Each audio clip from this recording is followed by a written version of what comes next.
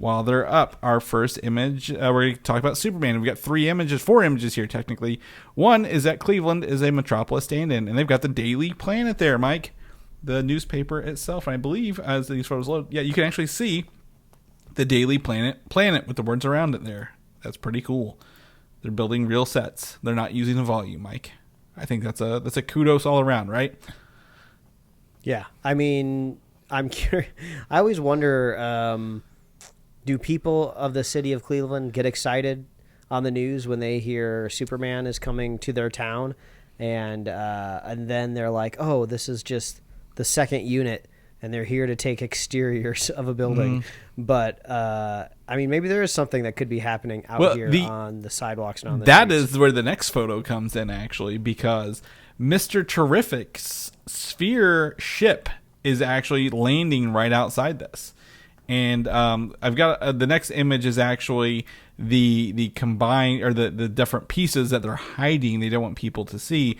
But I'm going to drop an image into our actual chat, Mike, and you can see that they've built this blue sphere that they're going to obviously CGI in later, right outside the Daily Planet in Cleveland. I mean, now I'm liking this because I feel like this is a decision from a director like James Gunn, who kind of gets to do what he wants because he kind of controls the purse strings a little bit, and he's also directing the movie.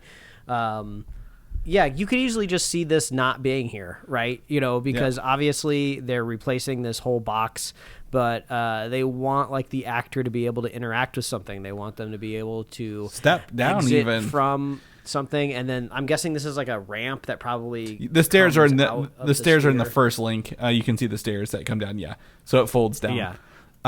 So I think this is clever. I mean, maybe all of this work is really just to help, the CG better. You put them in realistic lighting out in the world, and having them walking down something makes it a little bit easier. But it's nice to see physical things. Yeah, and for people who may be like, why the hell does Mr. Terrific have a sphere?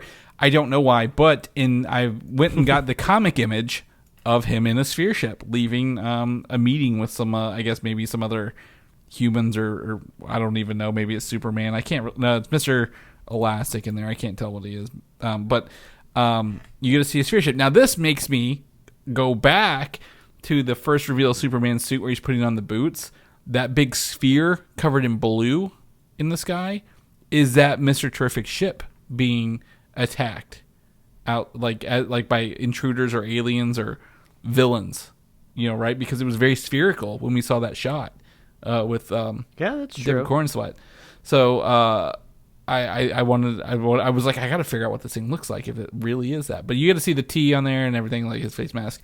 And then lastly, the cool part, the fake newspapers they make for the sets. So we get to see, obviously, this is Superman has been around. He's doing things. He saves 20 after downtown building collapse. In his outfit, possibly looks like frost breath behind him, frozen pipes and things like that. Oh, yeah, maybe. We get to see some of that published in Metropolis. Someone has written some sort of text about all this stuff. It's very hard to read. It's not supposed to be able to read. But you get to see it is a crudely photoshopped thing, but obviously it's a newspaper. You're not going to be up this close and personal with it in the movie. I think this is cool. I think some of this movie sets, movie props are interesting to see. They actually have this in like one of those little newspaper readers in some other photos, but I wanted everyone to see the closest up to the movie prop newspaper you could get with Superman in it, Mike. Any thoughts on Superman before we shift gears? Because this Penguin Joker 2, which is later this year, and what's that animated show coming out? Creature Commandos are the next big 4 DC projects. I feel it's all kind of resting on Superman. And only 2 of them are actually connected within a shareable universe. So still waiting to see how everything shakes out in the future, to be honest. I'm excited. It feels like there's some good content coming. I would like to get excited about it, and I feel a little excited about some of the DC offerings for once. Another new DC offering coming up around the corner is a Blue Beetle anime